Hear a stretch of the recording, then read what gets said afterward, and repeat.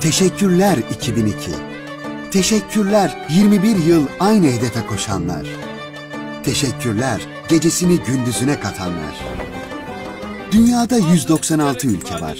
Unutanlara hatırlatanlar. Dünya 5'ten büyük. Teşekkürler Fatih. Kendi doğalgazını çıkaracak yeteneğin, zekanın, teknolojinin bizde olduğunu gösterdin. Teşekkürler TCG Anadolu. Dünyanın ilk SİHA gemisi oldun, gururlandırdın. Teşekkürler yerli gururumuz TOG.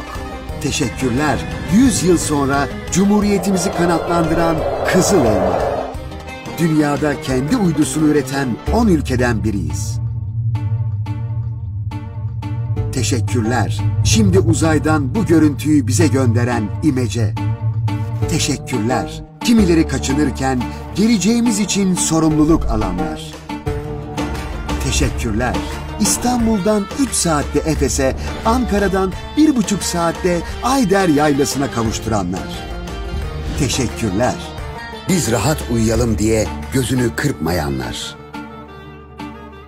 Dağlarımızı temizleyip sıfır teröre inandıranlar. Teşekkürler ana yurdu hızlı tren ağlarıyla örüp gönülden gönüle köprüler, limanlar kuranlar. Teşekkürler 21 yıl bizi gönlünün sofrasında aşkla, inançla ağırlayanlar.